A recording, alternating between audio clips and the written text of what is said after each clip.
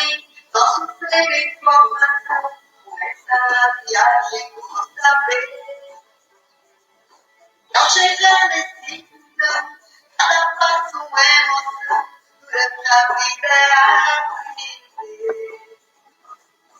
Aprender a ser, aprender, ser feliz. Aprender a ser um construtor, um ser de luz, um ser de amor. Hoje sempre amor, gente humilha que eu sou, pra transformar. Não, mas eu vou começar não, vai ter que falar.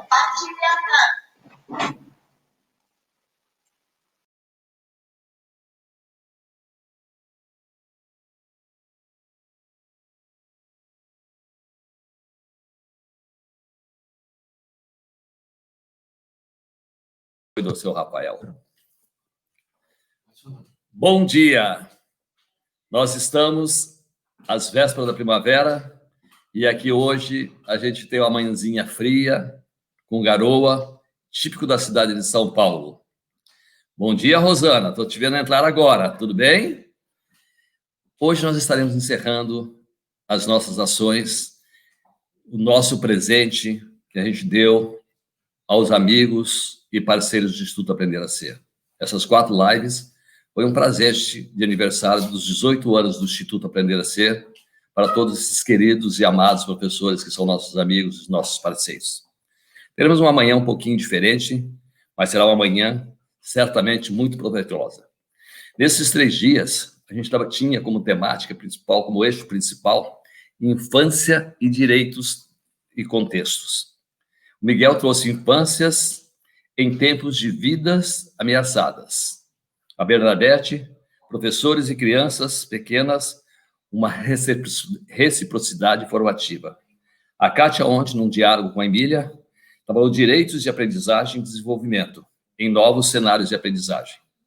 Hoje, nós vamos ter 2 figuras lindíssimas de Portugal que vão falar sobre direitos e deveres pós-pandemia ou durante a pandemia em Portugal.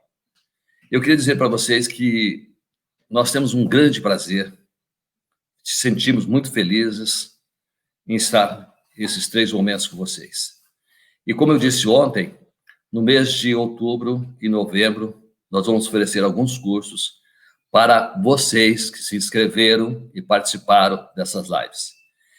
E, com certeza, ele também será tão proveitoso como esses momentos. Aqueles que ainda não se inscreveram para esse momento que nós estamos vivendo, aí embaixo na tela tem inscrições no site, tem o nosso site. Por favor, se inscrevam, porque vocês receberão o convite dos momentos que vamos fazer formação em outubro e novembro. Eu queria dizer para vocês o seguinte, neste momento já é um momento de saudade, momento de partidas, momento novamente de distanciamento virtual também. E eu queria lembrar, com muito carinho, um dos princípios do Aprender a Ser, que em todos os nossos momentos a gente nunca pode deixar de celebrar antes do que nós vamos realizar e pós que vamos realizar. E nós temos um vídeo do nosso último encontro, onde a gente está celebrando de uma forma feliz. E para matar a saudade nossa e de vocês que estiveram presentes neste momento, vou pedir para o Rafael subir o vídeo com este momento de celebração. Por favor. Saber viver.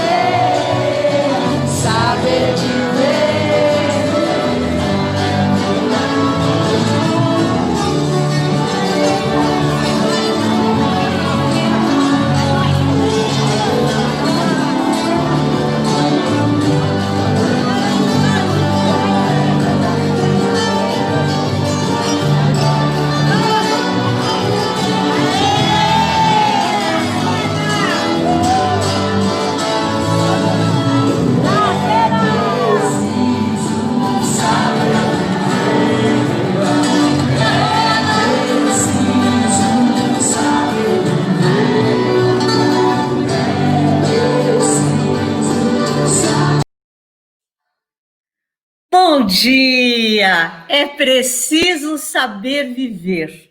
Esse vídeo, ele traz para mim uma recordação, uma emoção imensa. Quando a gente abre o nosso evento, nós temos um momento de celebração. E nós celebramos sempre a vida.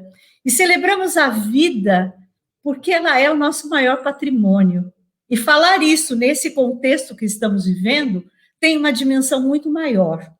Essa manhã, eu quero dizer que eu estou profundamente emocionada, porque a vida nos provoca algumas situações, e nós temos que aprender a lidar com elas com muito bom senso e, principalmente, com muita inteireza, que é aquilo que o nosso mestre Paulo Freire, de fato, trouxe tão forte para todos nós educadores brasileiros. Nós, quando preparamos todo esse caminho, a primeira pessoa que eu convidei para esse momento foi a professora Ariana Cosme, de Portugal, da Universidade do Porto. E por quê? Porque a Ariana faz parte da nossa história, assim como Rui Trindade, professor também da Universidade do Porto, e que são dois queridos portugueses que compreenderam nesse caminho, têm tido uma contribuição muito grande na educação no Brasil, participando de seminários, de bancas, de acompanhamentos lá em Portugal, inclusive, de dissertações de mestrado, doutorado, pós-doc.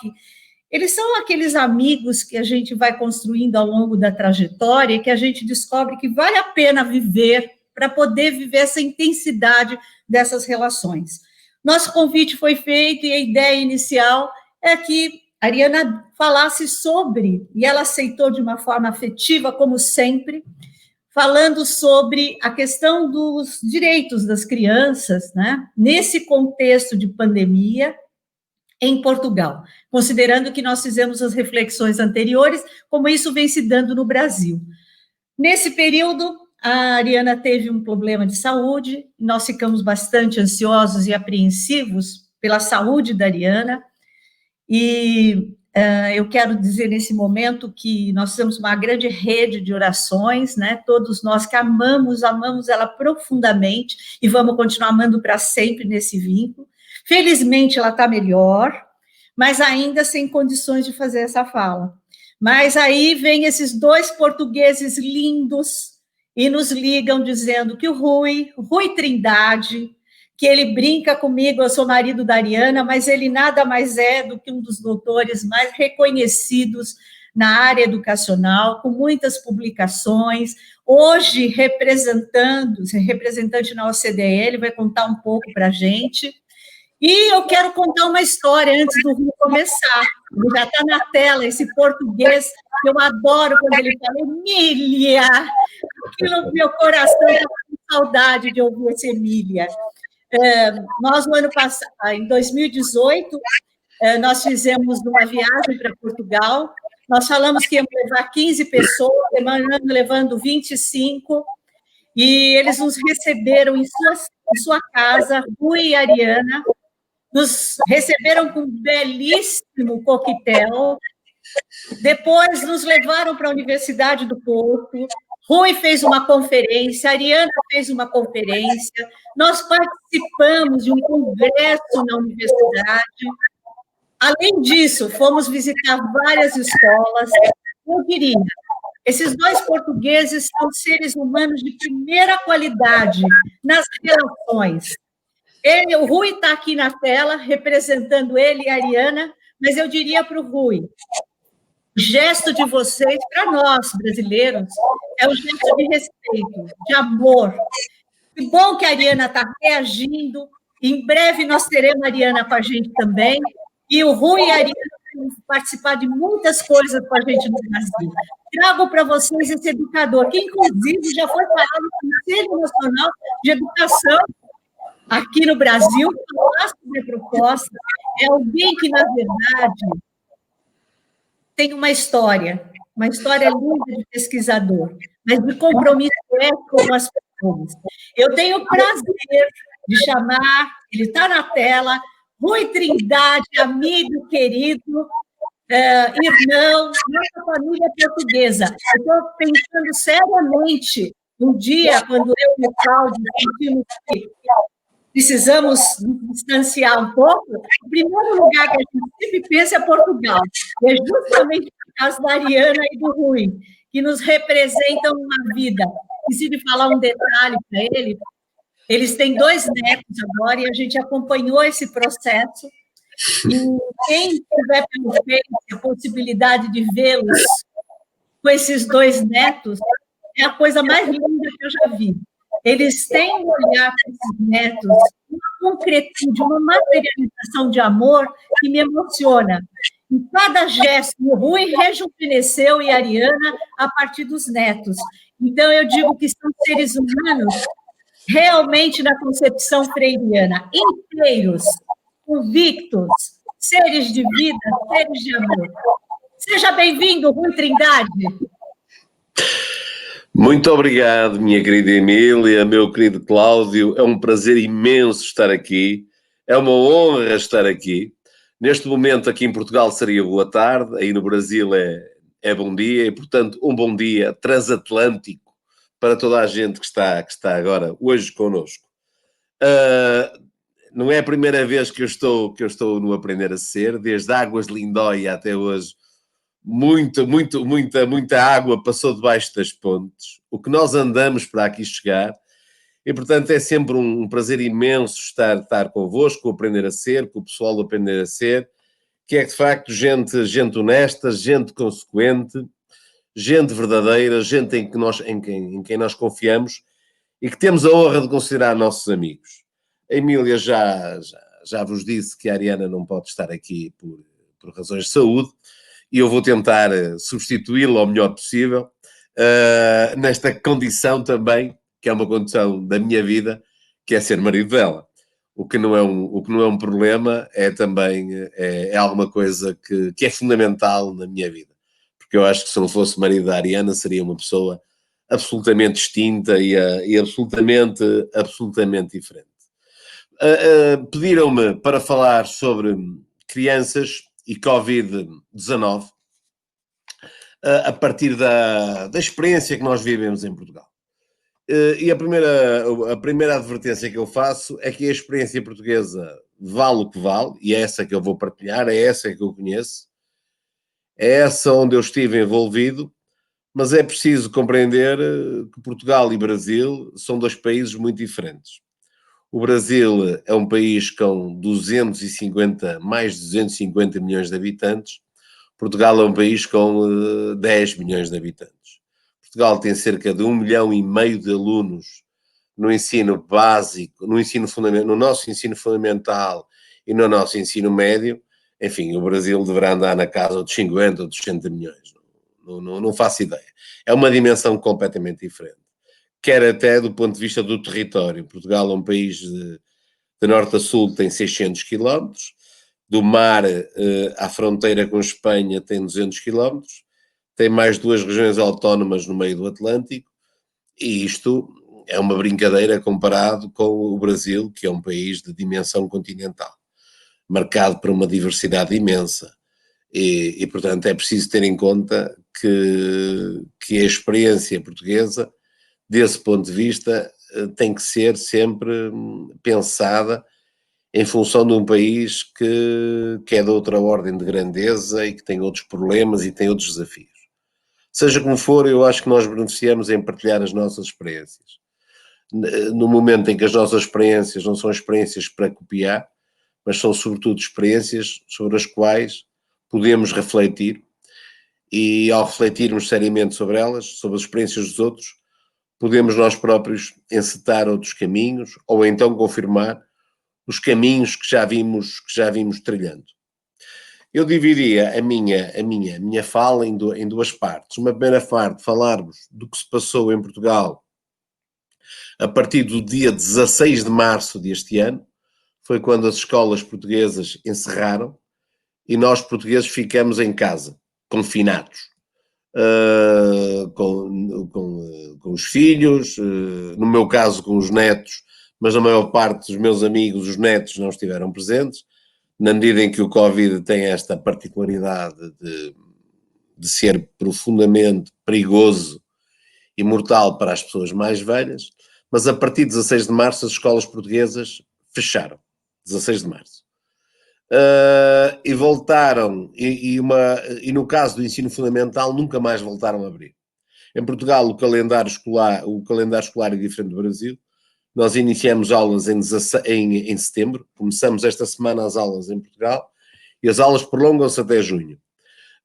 No caso do Covid, as aulas em março fecharam e ficaram fechadas até ao fim do ano para as crianças do ensino fundamental, tendo aberto em maio para os jovens do ensino médio, na medida em que eles teriam que fazer os exames de acesso ao ensino superior.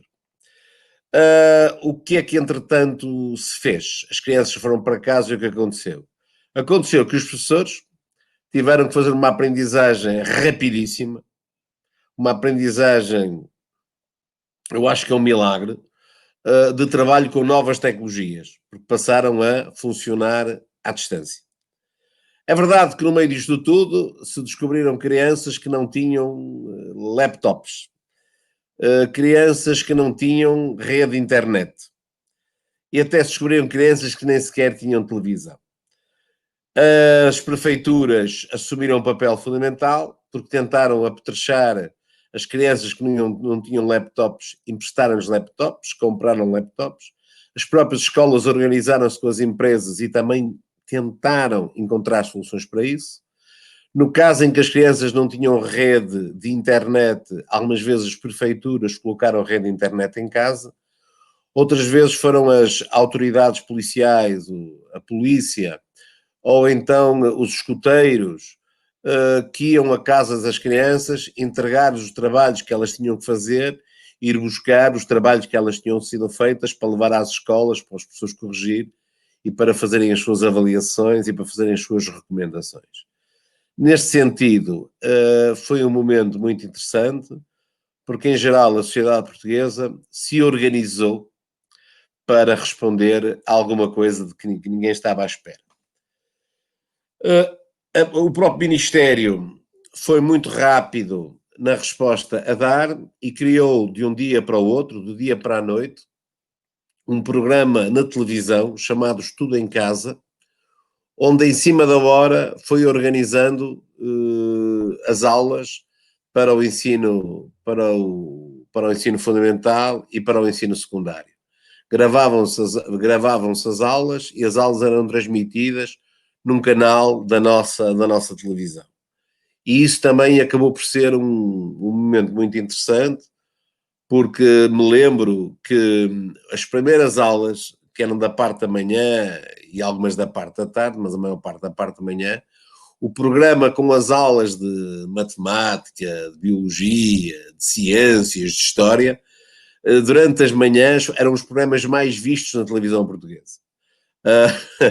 Porque não só as crianças assistiam às aulas, como muitas vezes os próprios avós e as pessoas mais velhas se sentavam também a viver essas aulas. São momentos que, apesar do drama que vivemos, foram momentos muito bonitos.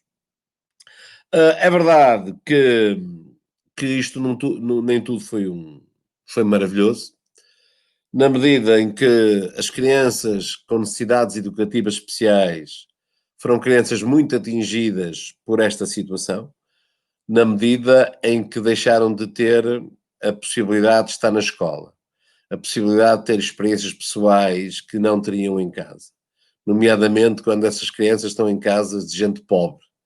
As próprias crianças que vivem em contextos estruturados, vítimas de violência doméstica, também ficaram desprotegidas, né? Porque nesse momento ninguém sabia o que é que estava a acontecer com elas. Enquanto vão à escola, a escola vai mantendo alguns sinais de alerta e vai mantendo alguma proteção sobre as crianças. As crianças também que em casa estavam em situação de risco educativo, que precisam de um trabalho mais tutelado, também deixaram de ter esse trabalho. Até porque as famílias, nomeadamente as famílias de baixo rendimento e com baixos níveis de habilitações, não tinham condições de realizar o tipo de tutela que as famílias com outros níveis de habilitações poderão exercer. É verdade que em algumas casas foi caótico, na medida em que casas onde há apenas um laptop, em que o pai ou a mãe estão a trabalhar em teletrabalho e a criança tem que trabalhar também, imaginem o confuso que isto foi. Seja como for, sobrevivemos. Não creio que esta seja a solução para os problemas, mas foi a única solução possível e foi a melhor solução possível perante uma situação para que ninguém estava preparado. É verdade que o Ministério forneceu orientações, é verdade que os professores mostraram um grau de compromisso que é verdadeiramente notável. É verdade que o próprio Ministério, do ponto de vista de algumas decisões, este ano não houve exames. Normalmente em Portugal há exames no fim do ensino fundamental, que é o 9º ano de escolaridade, não houve exames. E os exames do ensino médio só se fizeram exames para, no caso, as disciplinas que obrigavam os jovens a aceder ao ensino superior. Só nesse caso é que existiram exames. Portanto, fez tudo o que se podia nas condições possíveis de precariedade que nós vivemos. Apesar de tudo, nós aprendemos algumas coisas. E isto parece-me que é o mais importante partilhar convosco no Brasil. Aprendemos que temos de trabalhar mais a dimensão da autonomia das nossas crianças, não como alguma coisa que se lhes exige, mas como uma organização que vai potenciar essa autonomia. Na medida em que os professores, que há muito tempo trabalham autonomia, em que os meninos têm planos individuais de trabalho, em que os meninos conhecem os objetivos a atingir durante aquele trimestre, em que os meninos têm condições de que aprenderam a trabalhar uns com os outros e a apoiar-se. Essas crianças, neste período em casa, foram crianças mais capazes de beneficiar do trabalho que se fez. Aquelas crianças que viveram sob a tutela dos professores, aquelas crianças cujo processo de autorregulação é um processo de regulação externo, que é apenas da responsabilidade dos professores, claramente ficaram penalizadas. E, portanto, aquilo que hoje se pede a todos os professores é que entendam que a questão da promoção da autonomia é um objetivo educacional, que, por um lado, interfere no próprio processo e na qualidade do crescimento dos nossos alunos, mas também tem um valor instrumental, porque nos liberta para fazer outras tarefas que os nossos alunos poderão fazer sem o nosso apoio. Outra questão que foi fundamental foi perceber que algumas tarefas que nós colocamos aos nossos alunos e que resolvemos facilmente na sala de aula, dando uma pequena explicação, acrescentando uma nova informação, no caso quando os alunos estão longe de nós, essas tarefas têm que ser repensadas. Temos de ser mais precisos naquilo que estamos a pedir aos nossos alunos. Aprendemos que temos de pensar melhor sobre a relação entre os objetivos a atingir e os meios de atingir esses objetivos. Esta foi outra aprendizagem. E uma terceira aprendizagem tem a ver com as dificuldades que sentimos em fornecer feedback, em fornecer informação aos nossos alunos sobre o trabalho que eles fizeram. Percebemos que não pode ser trabalhaste bem ou trabalhaste mal. Para alguns alunos, para no caso dos alunos trabalharem bem, dizer trabalhaste bem, parabéns, fantástico, provavelmente isto é suficiente. Mas há situações em que temos de ser mais precisos. Isso passa por termos consciência mais precisa sobre os critérios que são subjacentes àqueles trabalhos. Esta foi uma das questões fundamentais, aprendermos a melhorar a nossa capacidade de fornecer informação aos nossos alunos. E aprendemos também a pensar que, no caso de professores que trabalham com 7 ou 8 turmas, que têm mais de 300 alunos, eles não podem dar um feedback equivalente para todos os alunos. Eles têm que perceber quais são os alunos que necessitam de feedbacks mais precisos, quais são aqueles alunos que podem ter feedback mais genérico e quais são aqueles alunos que eventualmente nem necessitam de feedback. Estas são aprendizagens que eu acho que são fundamentais para o tempo pós-Covid. Quando descobrimos a vacina, quando aprendemos a lidar com este maldito vírus, são aprendizagens que ficam e que vão ser fundamentais para nos tornarmos professores mais capazes e para nos tornarmos professores mais ambiciosos. Hoje, como é que se vive a situação em Portugal? Todas as crianças voltaram à escola, estão todos na escola, estamos todos muito apreensivos. Há aqueles cuidados que toda a gente tem, todas as crianças estão a usar máscara, há gel nas escolas, trabalha-se a educação, é preciso que as crianças tenham consciência que necessitam de saber utilizar o gel, é preciso que as crianças aprendam a cuidar do seu distanciamento face aos outros. As salas de aula, o ideal é ter carteiras distanciadas 1,5 m. Há muitas salas de aula em que isso não é possível e, portanto, estamos hoje a viver este novo retorno no pressuposto que as escolas não podem fechar. Porque se as escolas fecham, a economia vai colapsar. A economia vai entrar num processo ainda maior degradação do que aquele que já estamos a viver. Porque os pais terão que voltar para casa. O pressuposto de qualquer maneira é este, é cuidar das nossas crianças, organizar horários de forma a haver o mínimo de alunos possível nas escolas e pensar, e esta é uma decisão do Ministério, que no caso dos alunos mais velhos, os alunos do ensino médio, podemos funcionar no sistema B-Learning, no sistema em que vai haver dias em que os jovens vêm às escolas e vai haver dias em que vai acontecer educação à distância. A partir do nosso 7º ano, esta é uma possibilidade que pode ocorrer. No caso das crianças mais novas, ao nível da educação pré-escolar, ao nível do primeiro ciclo de ensino básico, vai do 1º ao 4º ano, e ao nível do 2º ciclo, vai ao 5º e ao 6º ano, a ideia é manter o mais possível as aulas abertas. Embora algumas turmas poderão fechar, a ideia não é que as escolas fechem, a ideia é que algumas turmas possam fechar se houver casos de contágio suficientemente graves. E, portanto, estamos a viver nesta incerteza e na tentativa de encontrar soluções. Também se sabe outra coisa, é que há partes do território nacional que estão menos afetados pelo Covid, em que as escolas poderão funcionar de uma maneira.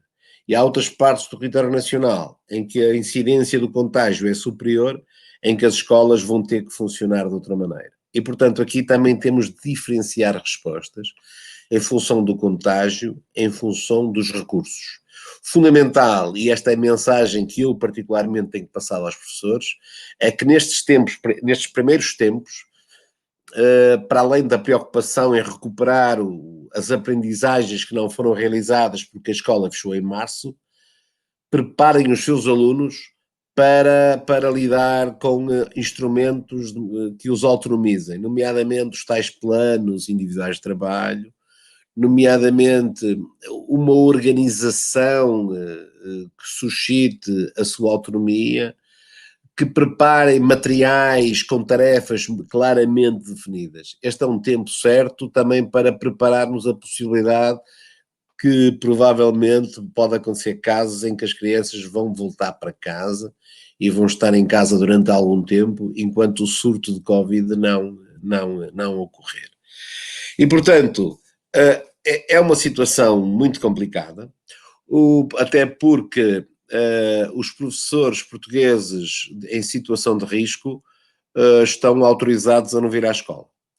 Mas o facto de não vir à escola não significa que possam trabalhar à distância. Significa que não pode vir à escola. Os professores portugueses estão a dar uma resposta magnífica, como têm vindo a dar.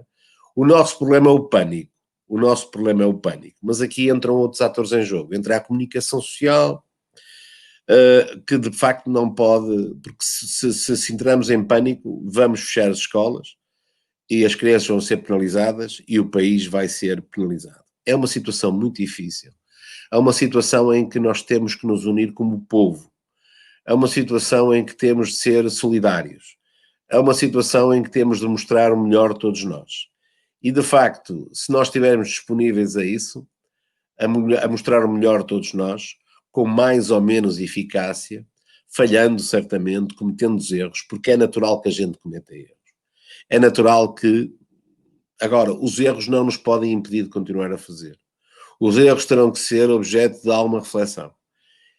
E, portanto, é neste espírito de corpo, é neste espírito de que pertencemos todos ao mesmo mundo, pertencemos todos à mesma espécie, que nós nos temos que unir e tentar esquecer as nossas guerras durante algum tempo, para que, em nome do bem comum, possamos enfrentar este maldito vírus da forma o mais competente possível. Sabendo que a forma mais competente possível tem sempre momentos de incompetência. E por isso, mais uma vez, temos que ser solidários. Temos que compreender que estamos todos no mesmo barco, estamos todos unidos na mesma luta. Muito obrigado. Professor, eu gostaria de dizer que você está falando agora quase que o português. Tá mais, dá para entender tudo. Eu lembro as primeiras vezes que ele falava, né? Mas olha, seu português agora está maravilhoso. A Ariana disse-me 10 vezes, 100 vezes, fala devagar. Isso, mas olha, dessa vez eu falei, gente, olha o que aconteceu com o professor Rui. E uma coisa que eu queria colocar para o senhor é que a sua fala me provoca bastante, nos provoca. Nós estamos vivendo também muito esse momento de ansiedade. Mas vem uma questão aí que eu acho que é bastante importante, né? O senhor é representante na OCDE, né? Dessa região. Como é que a OCDE tem trabalhado essa questão? O senhor pode colocar um pouquinho para a gente? Sim. A OCDE, eu pertenço a um organismo da OCDE que está ligado à inovação educativa. E aquilo que mais se tem feito dentro deste organismo é investigação sobre o modo como os países têm vindo a responder. Portanto, a OCDE está numa fase em que está mais a coletar dados e a compreender o que se passa do que propriamente a propor coisas. Porque, na verdade, quem tem vindo a propor coisas, quem tem vindo a refletir, com todos os erros e as lacunas, têm sido os professores. E eu admito que são as pessoas em Portugal, que são as pessoas em Espanha, que são as pessoas em França, que são as pessoas no Brasil. Em larga medida, têm sido os professores que têm vindo encontrar algumas respostas. Nem sempre as coisas têm corrido muito bem, mas também seria demagógico considerar que tudo correu muito bem. Eu estou a falar, eu sou professor do ensino superior, e para mim o meu tempo de trabalho durante o Covid foi um tempo extremamente estimulante. Eu aprendi imensas coisas, eu vou-me tornar um professor diferente por causa da experiência que eu tive.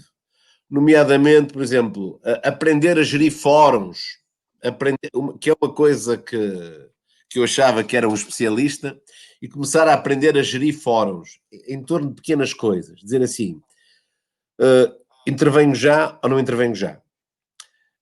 Deixo falar ou interrompo? Elogio ou não elogio? É o momento de fazer a crítica ou não é o momento de fazer a crítica? Este tipo de coisas eu aprendi imenso sobre modos de estar, sobre a necessidade de perceber que algumas vezes algumas coisas se dizem em público e outras coisas se dizem em privado. Eu beneficiei imenso. Eu aprendi a fazer aulas, a gravar as minhas aulas, e portanto deixei de dar aulas positivas. Pus as minhas aulas gravadas na plataforma, e depois as aulas eram discussão sobre as próprias aulas, que é a coisa sobre as próprias aulas e sobre os materiais, os textos das aulas. Isto foi uma coisa que melhorou imenso, quer dizer, o trabalho e a participação dos alunos. Agora, houve gente que não fez nada disto. Houve gente que criou em plataformas que continuou a dar aulas. Houve gente que, por simplesmente, se demitiu. Mas também não estamos no tempo de andar a fazer acusações. Estamos no tempo de pensar como é que, nas circunstâncias é que estamos, que respostas é que podemos dar, tendo em conta os recursos que temos. Porque houve crianças em Portugal que nem sequer em que se descobriu que não tinham televisão. E essas crianças que não tinham televisão, que não podiam assistir às aulas que o Ministério propunha, foi preciso encontrar outras soluções para elas. E à polícia à casa, levar os materiais que eram diferentes de materiais para os outros meninos. Portanto, vi uma professora que vivia numa aldeia, que tinha que ir para a igreja, para poder falar com os seus alunos, porque só na igreja é que ela tinha rede para falar com os seus alunos. Quer dizer, é isto que eu acho que nós temos que valorizar. Porque se vamos estar a identificar os erros, estamos a desmoralizar e estamos a não investir naquilo que interessa investir, que é saber que respostas é que eu posso dar e perceber que algumas pequenas respostas podem fazer a diferença toda na vida das nossas crianças.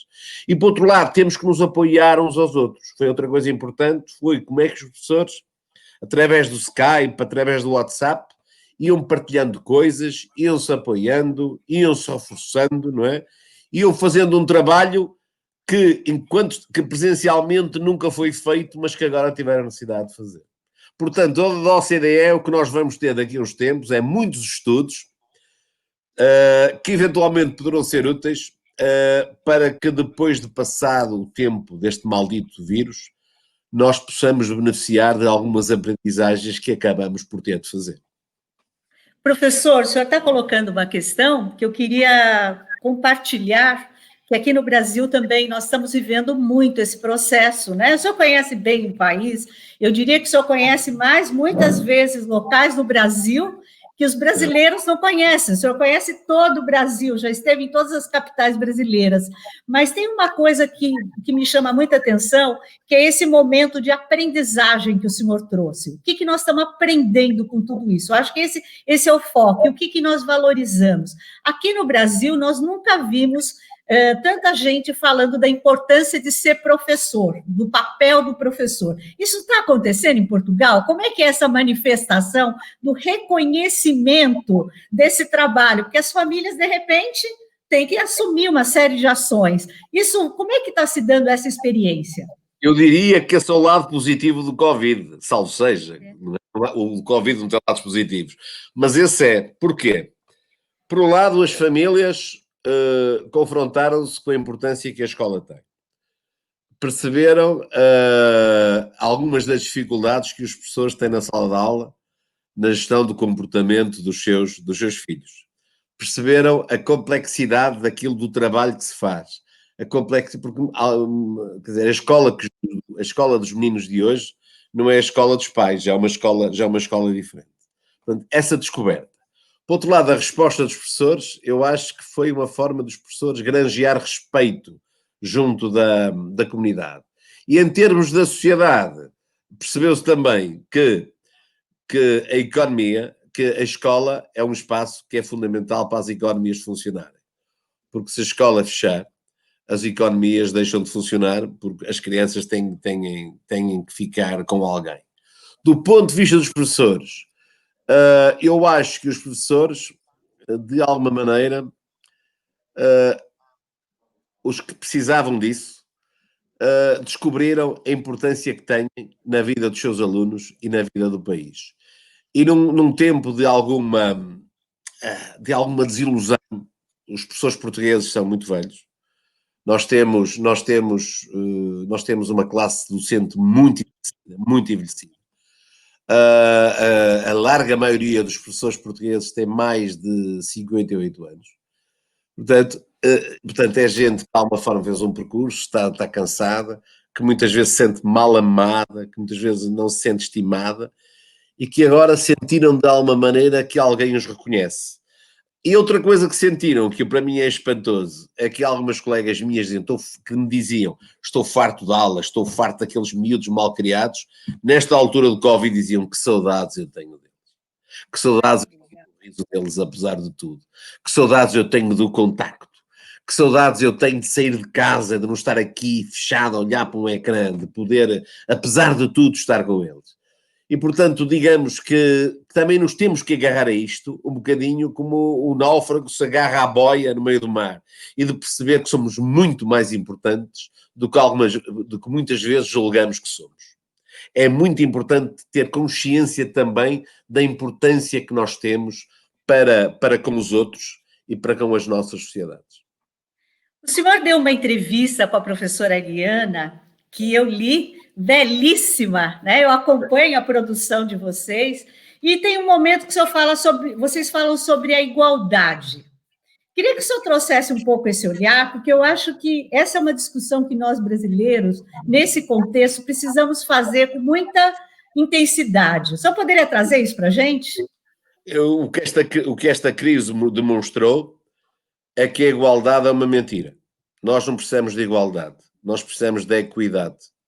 Isto é, há crianças, há jovens que precisam de mais recursos, que precisam de mais atenção, que precisam que os desafios lhes sejam colocados de um outro modo do que outros jovens. Portanto, o que nós precisamos é de perceber a importância que tem a discriminação positiva como condição de realizar aquilo que é os objetivos e os pressupostos de uma sociedade democrática. Vocês têm gente aí no Brasil, e há um livro que é do Sebastião Salgado, sobre a escola, que são os Sebastião Salgado com textos do Cristóvão Buarque, que é um livro delicioso do ponto de vista do saber com que nos confronta, mas também da emoção que nos suscita. E uma determinada altura há uma fotografia, que é uma fotografia muito bonita, de um lugar do Brasil, não sei se é Nordeste, provavelmente, em que se vê uma criança fora de casa, numa mesinha, a fazer os seus trabalhos de casa, e por baixo se vê um berço, provavelmente do irmão dessa menina, e é acompanhado por uma frase do Cristóvão Buarque em que se diz: a desigualdade na escola começa na desigualdade do berço. O que nós nas escolas somos obrigados a responder é perceber que de facto temos de reconhecer que há desigualdades do berço, mas as desigualdades do berço não respondem com igualdade de meios, igualdade de recursos. Constroem-se como uma discriminação positiva, porque há crianças que vão precisar de mais meios e vão precisar de mais recursos para terem mais oportunidades de construir o seu projeto de vida. E esta é uma questão que o Covid nos vem mostrar, porque mesmo na minha faculdade eu descobri alunos meus que não tinham laptop. Eu descobri alunos meus que em casa não tinham rede de internet. E, portanto, estes alunos têm que ser apoiados com outros recursos que os outros não necessitam. Chama-se isto subsidiariedade. Subsidiariedade, que é dar a cada um, isto se quiser podemos ir às epístolas, a São Paulo, que é dar a cada um conforme as suas necessidades. E esta é uma questão que o Covid veio mostrar, se ela necessitasse de ser mostrada, porque há muito tempo que nós já sabemos isso. Com o Covid confrontamos inevitavelmente com a questão da desigualdade, que não se combate com igualdade de meios, combate-se com equidade. Professor, agora o senhor pegou a alma nossa, né, dos brasileiros, porque nós nunca vimos tão escancarada a desigualdade do nosso país como nesse momento. Nós estamos enxergando coisas que estavam aí colocadas, mas que não eram percebidas, e que são de ordem de sobrevivência. Nós estamos vivendo um momento onde essa desigualdade passa a ser entendida de um outro jeito, de sobrevivência mesmo. Mas aí eu gostaria, eu sei que o senhor tem... Mas também, este foi um momento em que vi coisas verdadeiramente fantásticas. Verdade. Fantásticas também pelo seu efeito e pelo silêncio. E dou-vos o exemplo de uma escola que a Emília e os brasileiros conhecem muito bem, que é a Escola da Ponte, que nesta crise a Associação de Pais da Escola da Ponte, e eu sei isto porque pertenço ao Conselho Geral, criou 45 cabazes, portanto, cabazes de alimentação, e eu perguntei, mas a Escola da Ponte não tem, em princípio as famílias, tem famílias com dificuldades, mas nunca houve problemas de fome. E alguém me dizia, estes 45 cabazes são para pequenos empresários, gente que vivia em pequenas empresas, com pequenos produtos, gente que vendia e que de repente com o Covid deixou de vender e deixou de ter meios de subsistência. E sem pedirem nada a ninguém, é a própria comunidade escolar que, consciente disto, se organiza para ajudar. E digamos que é um pequeno gesto, mas é um gesto que fala por si. E é o gesto que nós hoje necessitamos nas nossas sociedades e nas nossas comunidades. tentar o mais possível contrariar o destino, tentar o mais possível contrariar os efeitos profundamente negativos do Covid. E é aqui que nós somos chamados a intervir como comunidade. Mas ia-me levantar, precisava dizer isso. Muitas vezes as coisas nascem destes pequenos gestos que valem, são gestos invisíveis. Ninguém anda na rua a dizer isto. É alguma coisa que é privado, até para respeitar as pessoas que beneficiam destes gestos. Professor, é interessante porque o senhor traz essa questão da invisibilidade, dessa solidariedade que está se dando no Brasil. Isso também ocorre em grande escala, eu diria. Muitas vezes a gente não fica sabendo, não tem isso comunicado, mas está presente, né? Há muitas iniciativas. Agora, eu penso, a gente concluindo, eu gostaria que o senhor colocasse um pouco, a professora Ariana tinha toda uma caminhada da questão do currículo, ela veio ao Brasil, nos apresentou esse processo. Vocês têm uma militância, eu falo militância no sentido mais bonito dessa palavra, de luta, de resistência, de uma qualidade de educação. Como é que está essa questão agora, né, em termos de articulação de toda essa política pública que se constituiu, porque Portugal, inclusive o povo brasileiro tem muitos vídeos do presidente na praia, do presidente participando, isso tem virado para nós uma coisa muito interessante, né? Isso é um olhar, é bastante diferente do que nós estamos vivendo em outra escala, né? Mas eu gostaria de ouvir um pouco do senhor, como é que é essa política pública agora em Portugal?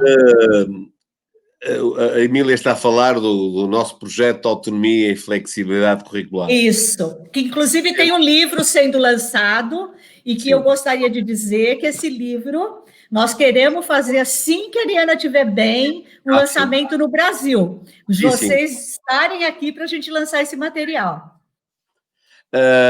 Esse projeto que foi lançado em 2016, ao qual eu e a Ariana estivemos muito ligados, porque fomos consultores do Secretário de Estado da Educação para esse projeto.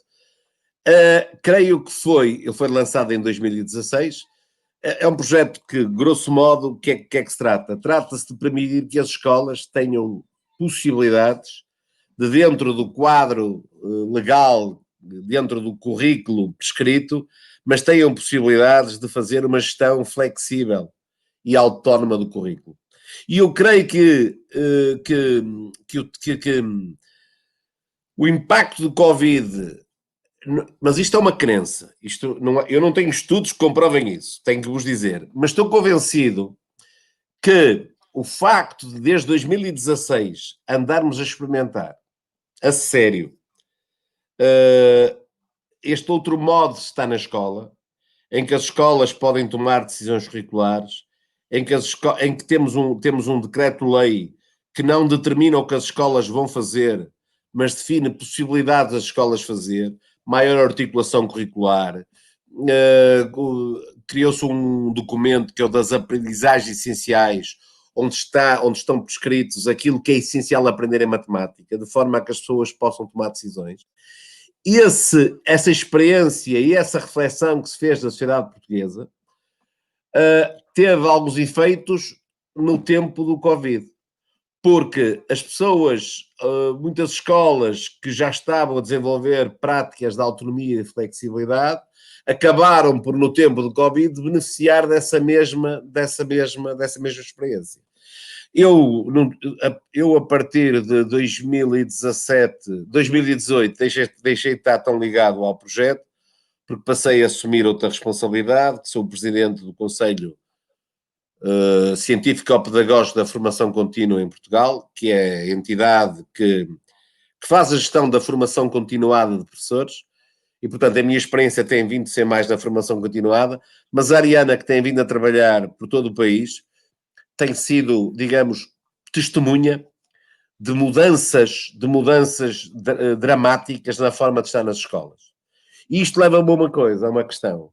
É que nós tínhamos uma percentagem, sei lá, 10% de professores que já faziam um trabalho verdadeiramente inovador.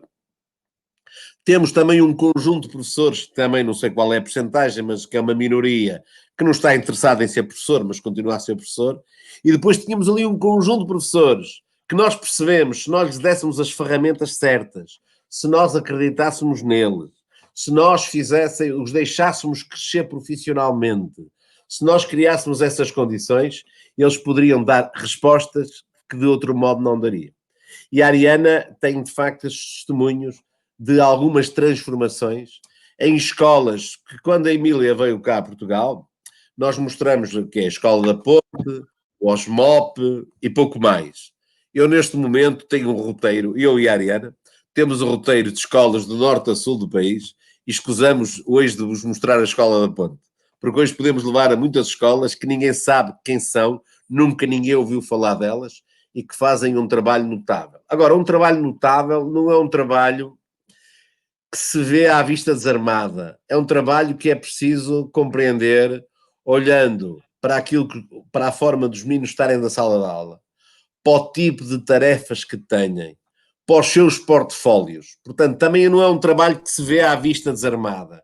É um trabalho que muitas vezes também é invisível, mas não é o facto de chamar as televisões à escola que garante que esse trabalho não tem valor. É um trabalho que mudou radicalmente, em que as aprendizagens passaram a ser aprendizagens culturalmente significativas, que as próprias comunidades passaram a dar outro valor à escola, e isto teve algum efeito no tempo do Covid. E, portanto, de alguma forma, quando se diz que as escolas hoje têm que, com as autoridades de saúde, decidir se fecham ou não fecham, é alguma coisa que hoje se pode dizer, porque desde 2016 este investimento na autonomia das escolas tem que ser feito. Claro que isto não é um projeto que se resolve em 4 anos. Isto é um projeto para continuar a fazer. É um trabalho em progresso. Porque também não há outra coisa que nós aprendemos. Não é porque está escrito nos livros, pelos especialistas, que as coisas vão acontecer. Até porque muitas vezes aquilo que os especialistas escrevem nos livros vai ter que ser objeto de interpelação e de análise crítica em função da realidade que as pessoas estão a viver. Ou seja, as escolas crescem, mas nós, especialistas, também crescemos, também aprendemos, também percebemos quando é que falamos de uma forma muito genérica ou quando temos de ser mais precisos no modo de falar, temos de ser mais cuidadosos relativamente a alguns fenómenos que antes, para os quais, para nós, eles eram invisíveis. E esta também tem sido uma aprendizagem para os próprios especialistas, se os especialistas estiverem abertos também a aprender. Porque alguns especialistas, quando morrerem, pensam que vão para o lado direito de Deus Pai Nosso Senhor. E não vão. Somos gente humana, somos gente que tem que aprender e que tem muito para aprender. E esta pandemia mostrou-nos, os efeitos da pandemia mostraram o quanto nós temos, o caminho que nós temos que fazer. Professor, se tem algo que eu admiro nesse casal, né, e sua figura agora, é a questão da humildade intelectual. Vocês são grandes estudiosos, né? E estudiosos porque eu acompanhei muito vocês de perto em vários lugares, são leitores compulsivos, orientam muitos trabalhos, têm uma ação, uma pesquisa. Como é que o senhor vê a questão, para a gente poder amarrar um pouco a questão, e eu sei que o seu tempo eu já disponibilizei demais, mas como o senhor é muito generoso, como é que o senhor vê o caminho da pesquisa em Portugal nesse momento, com todas as mudanças que a gente está vivendo? Porque como pesquisadores, aí eu estou colocando como alguém que participa de pesquisas, né? Como é que é o sentimento que vocês têm? Eu espero, Emília, espero Cláudio, espero todos estão aí, que em Portugal e se calhar no Brasil, se passa esta fase. Porque o nevoeiro vai ter que levantar. Nós vamos ter uma quantidade imensa de congressos, de simpósios, de colóquios, de pesquisas sobre o tempo educativo do Covid. Eu não estou muito esperançado nessas pesquisas. Estas pesquisas foram feitas, até porque no caso de Portugal, a comunidade europeia tem vindo a financiar muito essas pesquisas e, portanto, nós pesquisadores vamos sempre atrás do dinheiro.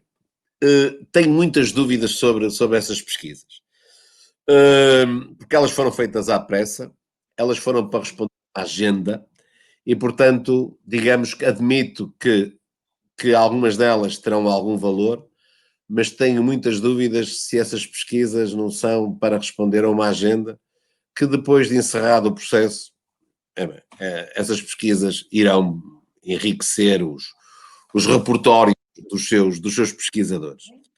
Agora, que estou convencido que nós podemos beneficiar a posteriori com isso, podemos. Na medida em que hoje temos condições de discutir coisas que antes não tínhamos.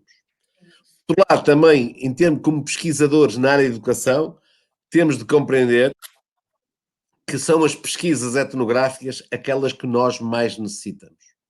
Nós precisamos estar no terreno com as pessoas. Nós necessitamos... Agora, estar tudo no terreno com as pessoas não da forma como um pesquisador deve estar. E a forma como um pesquisador deve estar não é a forma como um consultor está ou um interventor está. Trata-se também de salvaguardar o lado mais rigoroso da pesquisa etnográfica, mas perceber que a pesquisa etnográfica nos abre portas para um mundo que muitas vezes nos está vedado. E ao estar-nos vedado, não nos permite compreender alguns fenómenos. E, portanto, eu estou convencido que, passado este tempo, e assente o nevoeiro, provavelmente vamos poder retomar esta discussão sobre a natureza e a qualidade da pesquisa em educação. Eu estou a falar da educação. Temos que pensar isso e pensar noutra coisa, pensar na importância que a pesquisa em educação tem num tempo que é marcado pelo trumpismo de muita gente. Porque não é só o Trump que é Trump. Eu conheço gente que aparentemente pensa como eu e que se porta de uma forma trumpista. Manda umas bocas, diz umas coisas e quando a gente pergunta, mas isto baseia-se em que evidências? Baseia-se na minha experiência pessoal, não se pode desvalorizar a minha experiência pessoal. Claro que não se pode desvalorizar a experiência pessoal de ninguém. Mas a experiência pessoal de ninguém não é o resultado de uma pesquisa. A experiência pessoal de alguém é uma das fontes que nós utilizamos para produzir a pesquisa. E, portanto, aí temos de ver, mais uma vez, que a ciência hoje é uma necessidade da democracia. Mas é uma ciência que contribua, que seja séria, que seja honesta e que seja... E provavelmente é mais uma oportunidade pós-Covid que nós temos para perceber, como dizia o Boaventura Sousa Santos, que nós necessitamos de um conhecimento prudente para uma vida decente. Olha, eu trouxe até o Cláudio para a janelinha, para que a gente pudesse junto agradecer, mas falar uma coisa, professor. Qual é o recado que o senhor deixa? Nós temos mais de 20 estados brasileiros acompanhando esse momento. Nós temos um grupo grande de professores que nos acompanham. O senhor conhece o nosso trabalho nesses 18 anos e que sabem, e quando o senhor coloca agora essa questão do oportunismo, que às vezes é gestada nessas situações, nós temos enfrentado isso muito, né, de pacotes prontos, de coisas feitas sem serem ouvidas as pessoas, e de pesquisa que não é pesquisa, são meras constatações, né, e que muitas vezes geram em nós que acreditamos na ciência, mas na ciência, né, isso tem os fake news daí, enfim, tudo isso nos impacta muito, mas agora a gente gostaria que o senhor dissesse para a gente qual é o recado que Rui Trindade deixa para o povo brasileiro que te ama tanto, que te admira tanto. Eu e o Cláudio podemos dar um testemunho da coerência de vocês entre discurso e prática. Eu fui buscar um objeto que não sei se vai ver aí, é o meu... sim. É o mapa, é um globo, não é? Onde tem os lugares que nós andamos no mundo. Não é? Tem aqui alguns dos nossos lugares do mundo. Portanto, deste lado tem aqui uma coisinha. Onde é que está? Está aqui a coisinha verde, que é Timor-Leste. Sou eu que lá estive. Quando é vermelho, sou eu e a Ariana. Quando é azul, que é ali Moçambique, é só Moçambique e África do Sul. Quando é azul, é só a Ariana. E, portanto, temos aqui os alfinetezinhos. Quando nós andamos para este lado do mundo, reparem bem qual é o tamanho que nós atribuímos ao Brasil, não é? Qual é o tamanho, não é? Portanto, o Brasil, para mim e para a Ariana, é de facto, mais que o clichê do país irmão, é um país muito, muito importante, muito decisivo. É um país que nos faz, ou que nos fez, agora a coisa está um bocadinho diferente, alimentar a esperança, não no Brasil, mas na humanidade. Pronto. Portanto, sabem que eu neste momento não simpatizo nada com o vosso Presidente da República, não me identifico nada. Aliás, detesto mais a ele que ao Trump, porque os Estados Unidos para mim dizem pouco e o Brasil para mim diz muito, mas seja como for, sei o seguinte, sei que para além do Bolsonaro, existem brasileiros como vocês. E se cada um fizer a sua parte, isto não significa que não é preciso combate político, que não é preciso ir para a rua, que não é preciso votar. Não estou a dizer isto. Essa é uma questão. Mas o mais importante, aquilo que eventualmente, e isto faz a diferença, mas o que eventualmente pode realmente fazer a diferença, é fazer o que vocês vão a fazer esta manhã. É que cada um faça a sua parte. Porque se cada um fizer a sua parte, o Brasil certamente será um país bem melhor, esteja lá quem estiver a governar o Brasil. É preciso que cada um de nós faça a nossa parte. Porque eu também estou cansado aqui em Portugal de ver alguns dos meus amigos da educação muito de esquerda, não é? Numa posição sempre metidos numa espécie de aquário, não é? Numa torre de marfim, a dizer aos outros o que é que eles devem fazer. Sempre muito críticos, sempre uma posição muito crítica. E a pergunta é esta, se a crítica é fundamental, porque nos ajuda a confrontarmos com aquilo que nós somos e com aquilo que fazemos, estar constantemente numa posição crítica é alguma coisa que cansa e que acaba por ser inútil.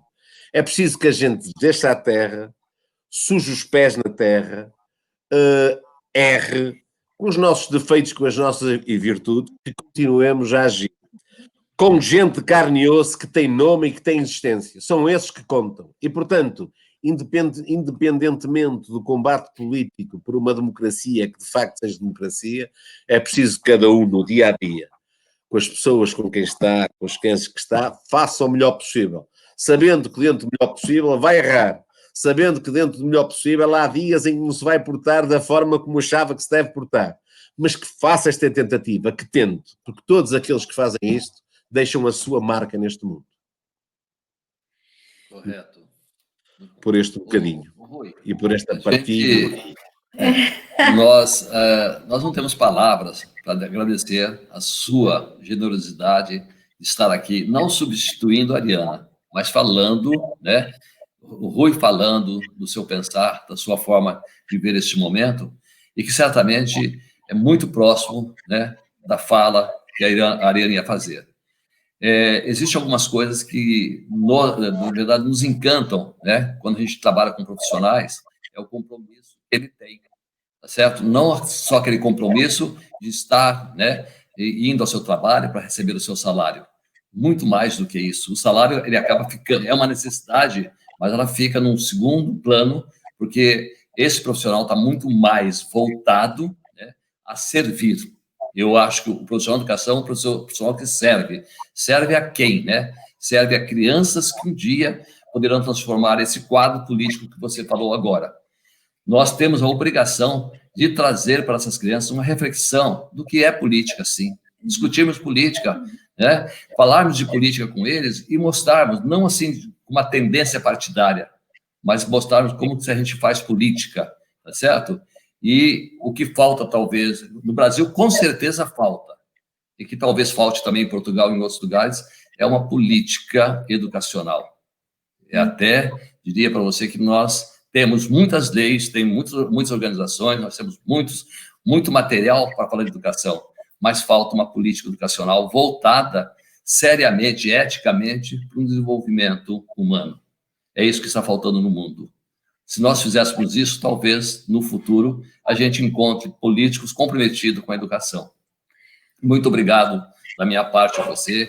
Um abraço, um beijo nessa Ariana. A Emília falou, né, da nossa estadia aí. Eu tenho um quadro, Rui, muito bonito, uma lembrança muito bonita. Estávamos sentados na cozinha, eu, você, Ariana e Emília. Ariana cozinhando para 20 e poucos educadores que nós levamos para Portugal, né? Abriu a casa, não só abriu a casa, mas ela foi para a cozinha. Sabe o que é isso?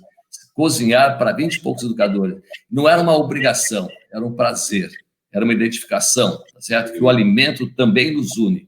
Aquele momento na sua cozinha ficou inesquecível. Eu gosto de cozinhar e admirei a tua esposa naquele momento de uma forma muito encantadora. Diga a ela que muito obrigado, e que essa lembrança da sua cozinha, tá certo? Depois correndo para arrumar uma mesa para 20 pessoas sentarem, preocupada com as 20 pessoas sentando, e nos serviram muito bem. Vocês são um encanto, e a gente tem uma dívida eterna com vocês dois. Vocês sejam felizes, que a Ariana se recupere rapidamente, tá? E que a gente possa se abraçar e se abraçar muito. E agora com muito mais prazer ainda, porque esse espaço, essa distância, nos fez muito mais forte em relação ao compromisso de solidariedade um com o outro. Muito obrigado por tudo. Querido, eu queria que você dissesse para a Ariana que o nosso amor, e vocês sabem disso, é um amor de quem acredita nesse gesto. E aí nós, como freirianos, a Ariana às vezes faz postagens lindas do Paulo Freire. E ontem foi aniversário do mestre Paulo Freire, 99 anos. O ano que vem, nós estaremos fazendo uma semana no Aprender a Ser sobre o pensamento freiriano. E a gente quer muito a presença de vocês, porque nós sabemos como é importante essa concepção, esse ato de amor, essa amorosidade que vocês revelam para nós. Obrigada por existirem nas nossas vidas. E, olha, tem um detalhe, já tem 2 compromissos marcados. O lançamento do livro aqui no Brasil e o seminário sobre Paulo Freire. Mas também vai ter o Cláudio na cozinha, cozinhando para vocês, porque como eu não sou boa nessa área, eu já estou passando para ele essa tarefa. Um beijo bem grande, amigo, não, tá? Muito obrigado. Deus proteja a vida de vocês. Obrigada, querido, obrigada. Tchau. Beijos, tchau. Eu acredito que nós tivemos um momento agora de conhecer outra realidade, de conhecer uma outra forma de pensar, mas dentro dos mesmos princípios. O princípio ético de ser educador, compromissado com a criança, com o desenvolvimento infantil e com a construção de cidadãos. Nós estamos, assim, nesse momento, às 11 horas da manhã, já pensando em despedir, mas temos algumas coisas para dizer para vocês ainda. Eu vou pedir ao Rafael que coloque na tela um pensamento, 2 pensamentos, um de Descartes e um do Boaventura. Por favor, Rafael. Está demorando um pouquinho, mas nós vamos chegar lá.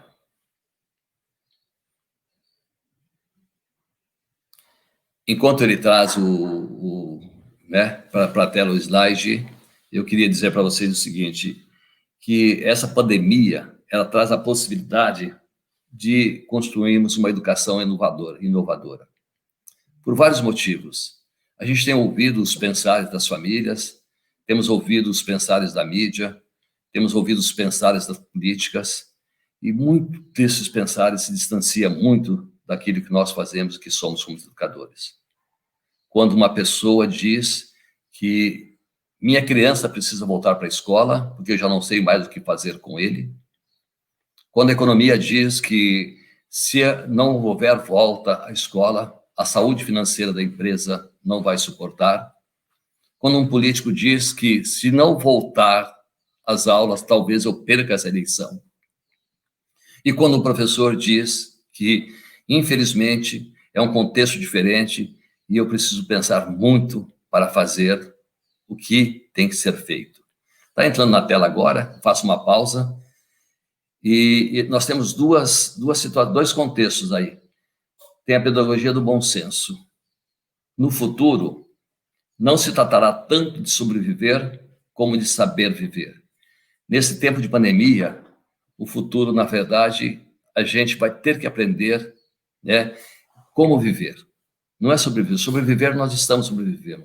Mas como vamos viver, né, após pandemia? Para isso, é necessário uma outra forma de conhecimento.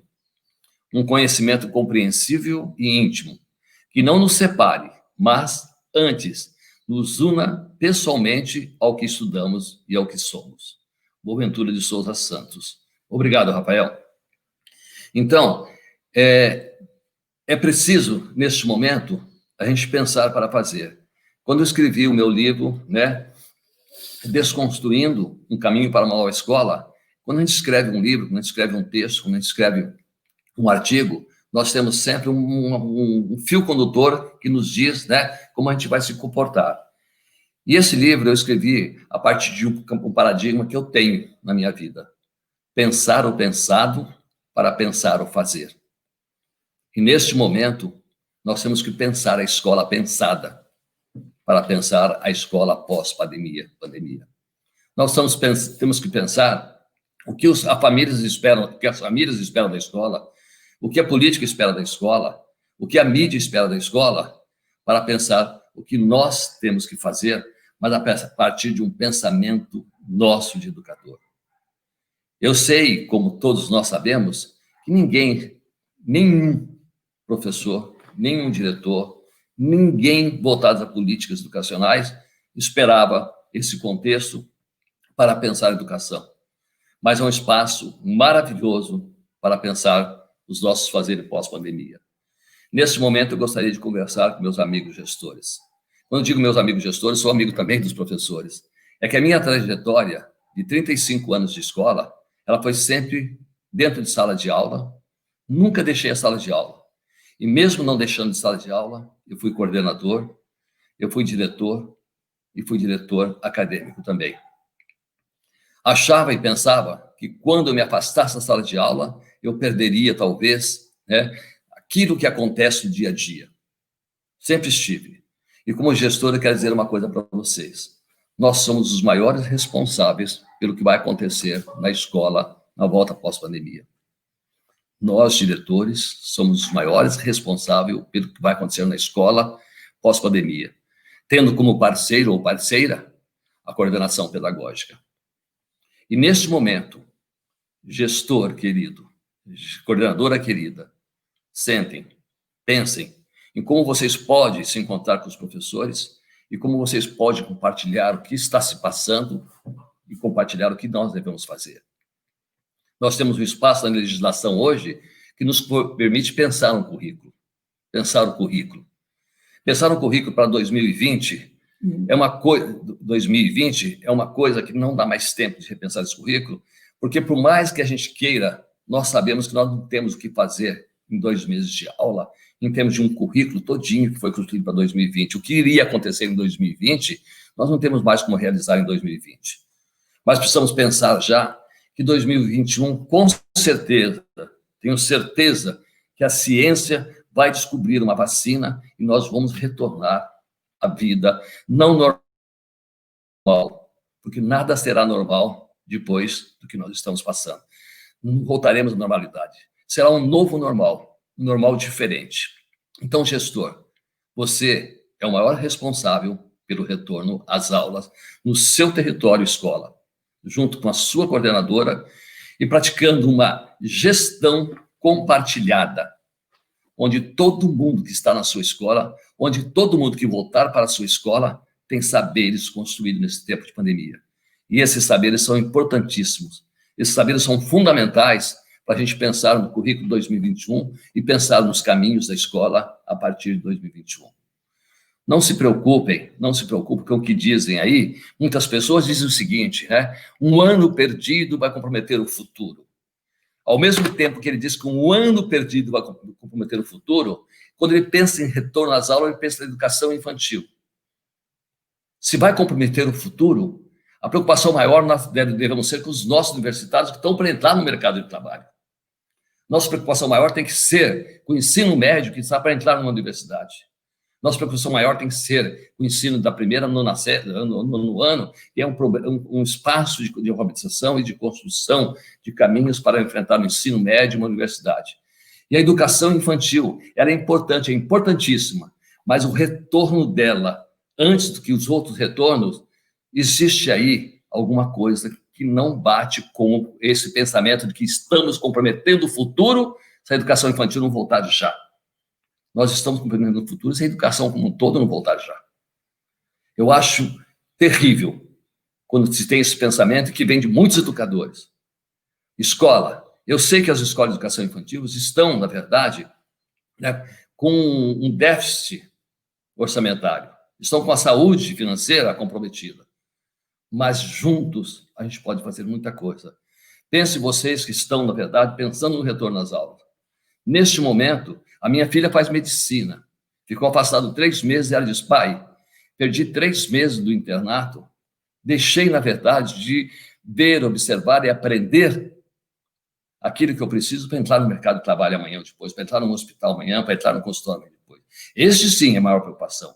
É quem vai sair amanhã ou depois de uma universidade, vai entrar no mercado de trabalho e vai faltar para eles conhecimentos, vivências e experiências para ser um excelente profissional. Esse é a principal preocupação da educação. Depois, com o ensino médio, que tem que se preparar para um vestibular. Depois, o ensino fundamental, que tem que ser alfabetizado e construir novos conhecimentos, seja na matemática, na história, na geografia, nas ciências. E a educação infantil, nós podemos fazer um trabalho tranquilo de recuperação ao lado, a partir de 2020, até a entrada dela na universidade, até a saída dela da universidade. Portanto, meus queridos gestores, quero dizer a vocês de coração, vocês são os maiores responsáveis e vocês farão a diferença no retorno às aulas. Pense, vou sentar com a minha coordenadora pedagógica, com o meu coordenador pedagógico, vou pensar em caminhos, vou convidar os professores para compartilharmos o que temos de experiência desses meses que nos passamos na escola e como pensar numa volta às aulas, preservando a vida, preservando a ética e construindo um futuro para essas crianças. Essa mensagem que o Aprender a Ser tem que deixar para vocês, queria deixar para vocês. E com a certeza de que no ano de 2021, nós estaremos juntos nos nossos colóquios para gestores, nós estaremos juntos nos nossos seminários para educadores da infância e anos iniciais. Amanhã ou depois, eu não sei se a primavera começa 22 ou 23, amanhã ou depois, 20? Não sei. 22 ou 23, mas que essa primavera, ela venha cheia de belezas para que a gente, e esperanças, para que 2021 seja um ano maravilhoso para as nossas escolas. Muito obrigado pela presença de vocês nesses 4 momentos, né? 3 dias e 4 momentos. E digo mais uma vez, em outubro, nosso compromisso com vocês, outubro e novembro, é estarmos realizando alguns cursos, pensando nesse retorno às aulas, nessa volta às aulas, na formação dos professores. Quem participou dessa live tem a inscrição, né, feita para essa live, certamente receberá um convite. E quem não fez ainda, as inscrições estarão abertas ainda hoje por algumas horas e serão convidados também para participar desses cursos de formação. Muito obrigado. Espero que o nosso presente de 18 anos tenha sido muito proveitoso para vocês. Amo vocês, meus gestores, amo vocês, meus educadores e minhas educadoras. Muito obrigado. Nós, então, nos despedimos. Até breve, né? Porque o nosso até breve é daquele que acredita que nós vamos ter que enfrentar muitos desafios. Mas o olhar hoje, inclusive, trazido pelo professor Cláudio e pelo professor Rui, nos traz a esperança da ação, uma esperança que tem que ser constituída numa rede humana. Eu queria falar para vocês que a pedagogia do bom senso, que é a pedagogia de Celestin Freinet, quem não leu esse livro, leia. Ela tem que ser exercitada por todos nós. Que quando o professor Cláudio traz o bom senso apontado por Boaventura, é o grande exercício humano desse momento. A nossa sabedoria maior é desenvolver uma competência efetiva de ser gente, de ser humano, de respeitar as vidas, de respeitar as histórias. Nesses dias nós vimos 4 experiências diferenciadas. Nós começamos com Miguel Arroyo, que é combativo, que fala de uma forma, desvelando coisas, abrindo os espaços. Continuamos com o processo lindo de uma Bernadette Gatti que serena, resgata para nós o trabalho com a escola, o trabalho com a vida, o trabalho com a luz, o trabalho que ela diz de cuidar de si, cuidar do outro, cuidar das crianças, cuidar do mundo. Ela coloca isso. Depois vem uma Kátia, propositiva, corajosa, dizendo de ações, investindo nesse cotidiano. E aí vem o nosso Rui, né? No momento que poderia se omitir, até porque tendo enfrentado um problema de saúde familiar, mas com uma pessoa tão amada, um casal tão lindo, mas vem e nos coloca que nós temos que aprender com os nossos erros, que nós temos que dar continuidade a tudo isso, que nós temos que aprender a ser. Então, eu gostaria de, ao encerrar esse evento, dizer do prazer e do privilégio, que é saber, e aqui eu teria que citar nomes, a gente não citou o nome das cidades, nem dos vários municípios desse país, porque a nossa intenção maior é que todos se sentissem únicos. Cada um para nós, nesse momento, é singular, peculiar e importante. Nosso desejo, de fato, é que a gente tenha contribuído com as suas reflexões. E é claro que nós apresentamos questões que são polêmicas, mas cabe a cada um. E hoje o Rui disse uma coisa muito importante: a autonomia do pensar, a autonomia do fazer, a autonomia de investigar, a autonomia de ser. Essa é a concepção do aprender a ser. Não podemos olhar o mundo por uma única ótica. Temos que ter esses diferentes olhares, essas diferentes forças, esses diferentes jeitos de ser. Eu vou pedir muito a todos aqueles que registraram no chat e têm reflexões ótimas, maravilhosas. Nós não fizemos nenhum quadro avaliativo desse momento, mas que façam seus registros, registrem a sensação que vocês tiveram, para que a gente também possa ter esse exercício de escuta de vocês. E muitos já se manifestaram ao longo desses dias. Eu digo ao longo porque foi uma jornada grande. Nós começamos na sexta-feira à noite e fomos constituindo um sábado de manhã que muita gente nos dizia, desde o início, que seria muito difícil ter pessoas com tantas lives, com a exaustão toda que estamos vivendo, mas tivemos um público muito participativo. Tivemos ontem à tarde uma ação intensa, sábado à tarde, num calor imenso, e hoje pela manhã, esse olhar. Vocês imaginam quanto nós ficamos ansiosos quando tivemos a questão do nosso fechamento, temos uma pessoa tão amada com um problema. E vejam como isso foi revertido, vejam como foi reconstruído, vejam a generosidade, inclusive, de Ariana, com dificuldade até de fala, tem ligado para nós para dizer, Rui estará aí. E eu penso que esses gestos, eles são mais fortes do que qualquer manifestação de desrespeito à humanidade. Portanto, eu encerro agora, deixando muito presente que eu e o professor Cláudio, como parceiros nessa linda caminhada, vivemos muitas dúvidas nesses dias, mas valeu a pena fazer esse exercício reflexivo. Só um convite para vocês. Leiam um livro do Gabriel Garcia Marques que fala sobre o amor no tempo de cólera.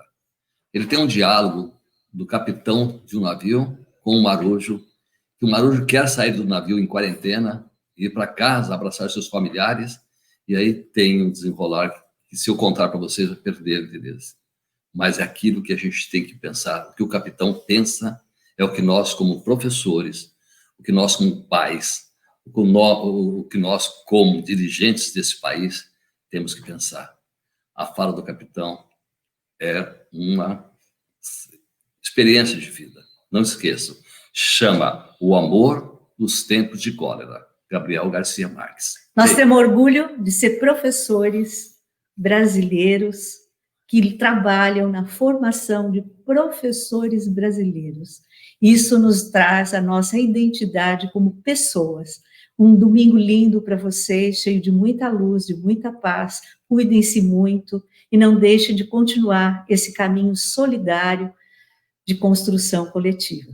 Bom dia. Um beijo, bom Bom dia. dia. Um abraço de toda a equipe do Eu vou Instituto abraçar o Aprender. professor Cláudio como Nós se tivesse... podemos, viu?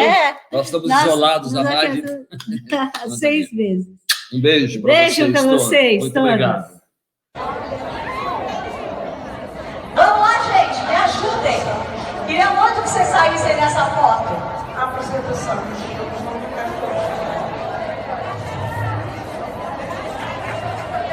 Quem não veio ainda, me ajuda, amigo. Vem, casal. Vem. Vamos. Vocês pensam o quê? Olha que agora todos nos tornamos internacionais. Porque a Ariana vai pôr lá em Portugal e vai dizer que ela viu o melhor grupo de educadores do Brasil.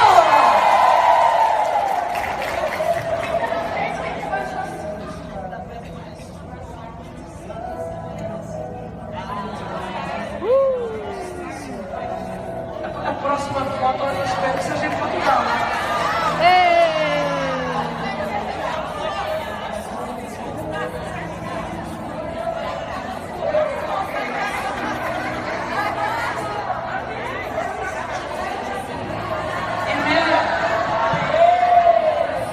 A próxima foto é um corpo.